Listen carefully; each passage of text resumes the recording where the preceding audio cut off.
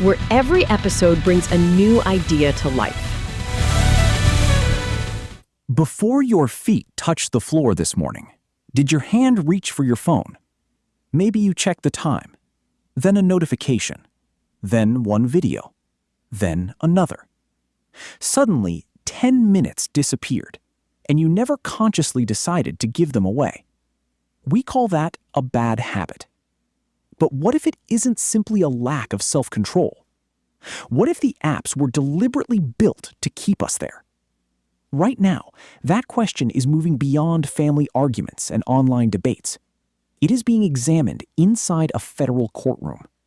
In August 2026, a major trial began in Oakland, California. 4 states, California, Colorado, Kentucky, and New Jersey, are leading claims against Meta, the company behind Facebook and Instagram. They allege that Meta designed features intended to keep young people hooked, failed to adequately protect children under 13, and collected children's data without proper parental consent. Those allegations are part of a larger legal action involving 29 states. Meta denies the accusations. The company says it has invested heavily in protecting teenagers, removing underage accounts, and giving parents more control over what their children experience online. But the trial raises a question much larger than one company. When a product is built to capture as much of our attention as possible, where does personal responsibility end and corporate responsibility begin? Think about how social media works. The feed never ends. Videos automatically begin playing. Notifications appear throughout the day. Likes and comments arrive unpredictably. You may post something and receive almost no reaction. Then another post suddenly takes off.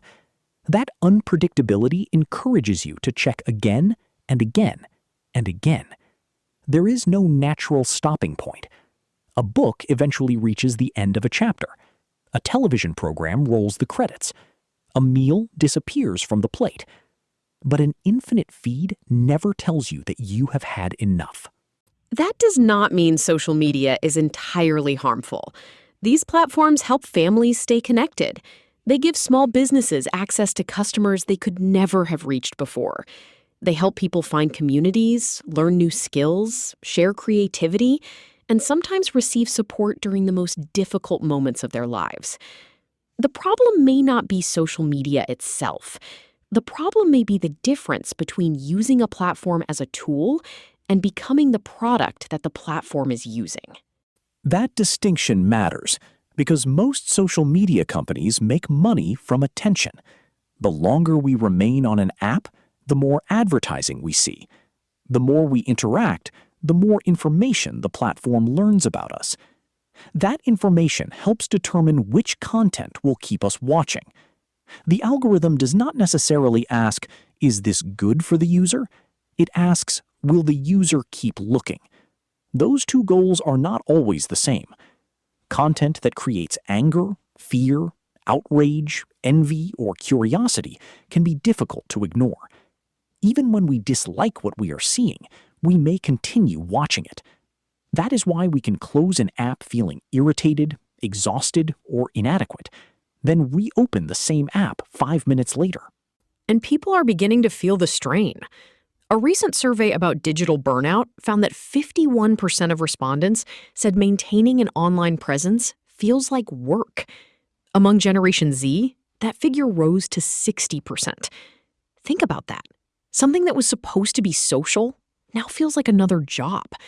We are expected to post, respond, react, congratulate, comment, stay informed, defend our opinions, and somehow present a life that appears happy, successful, attractive, and interesting. Even relaxation becomes content. You cannot simply enjoy the beach. You need the right photograph of the beach. You cannot just eat the meal. Someone has to take a picture before anyone touches it. The experience becomes secondary to proving that the experience happened. For children and teenagers, the pressure may be even more intense. Adults can remember life before smartphones and social media. Many young people cannot.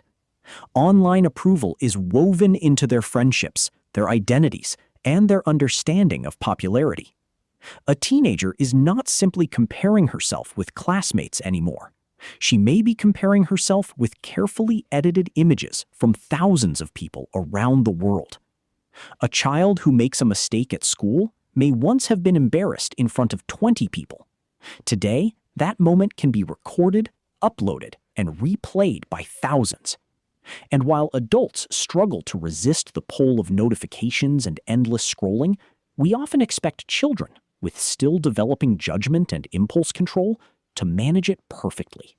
But blaming parents alone is too easy. Parents did not design infinite scrolling. They did not build recommendation algorithms. They are trying to raise children in an environment that changes faster than the rules intended to protect them. At the same time, blaming technology for every mental health problem is also too simple. Anxiety, depression, loneliness, bullying, family stress, and social pressure existed before Instagram. Social media can intensify those problems, but it is rarely the only factor. That is why the current trial matters. The court is being asked to examine not merely whether young people use social media, but what companies knew about potential risks, what safeguards they created, and whether their business incentives conflicted with user safety. So, what can we do while the courtroom arguments continue? Start by turning off every notification that does not come from an actual person. Move social media apps off the first screen of your phone. That tiny moment required to search for an app can interrupt an automatic habit. Keep your phone out of the bedroom. If it is your alarm clock, buy an inexpensive alarm clock. Choose specific times to check social media instead of allowing social media to interrupt every part of your day. And try one simple rule: create before you consume. Write something. Exercise. Work on your business. Call someone. Finish one meaningful task before opening the feed and entering everyone else's world. Parents can also talk with children about how these platforms make money. Do not merely say, "Put the phone down." Explain why it can be so difficult to put down. Teach them that a notification is not an emergency.